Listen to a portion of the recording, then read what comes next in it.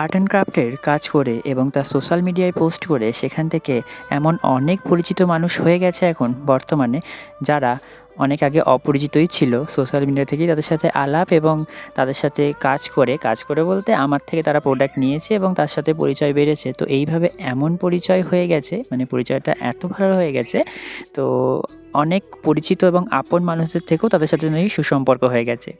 তো এমনটাই হয় দেখেছি যে নিজের আপন লোকের থেকে অনেক সময় অপরিচিত বা হট করে পরিচয় হওয়া মানুষদের সাথেই পরিচয়টা বা সম্পর্কটা অনেক গভীর হয়ে ওঠে। জানি না মানে এই ব্যাপারটা কেন হয়?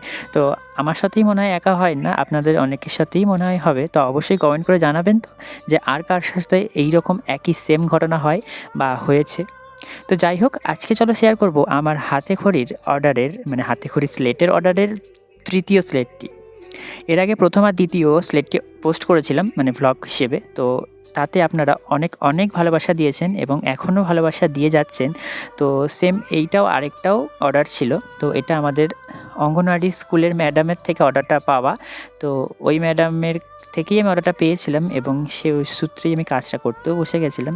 আর আমাকে বলেই রেখেছিল যে একদম সিম্পল এবং সাটেলের মধ্যে হবে, না কোনো লেস বসবে, না কোনো পুঁথির ওয়ার্ক বেশি হবে, সিম্পল কলকা এবং তার মাঝখানে একটু ডিজাইন। তো আমি সেই কথা মাথায় রেখেই ওই রকম রিকোয়ারমেন্টেই কাজটা করতে বসে গেছিলাম। তবে ডিজাইন নিয়ে সেরকম কোনো রেফারেন্স আমার কাছে ছিল না, মানে আমাকে দেয়নি। তো সম্পূর্ণ ডিজাইনটা নিজের ওপরেই করতে বলেছিল, মানে আমার যেটা পছন্দ সেটাই। তো আমিও সেটাই করেছিলাম। তো তোমরা অবশ্যই শেষ পর্যন্ত যারা দেখবে তারা অবশ্যই আমাকে জানিও যে এই ডিজাইনটা তোমাদের কেমন লাগলো, বা এই স্লেটের ফাইনাল লুকটা যারা দেখছো, তো অবশ্যই আমাকে জানিও যে কেমন লাগলো।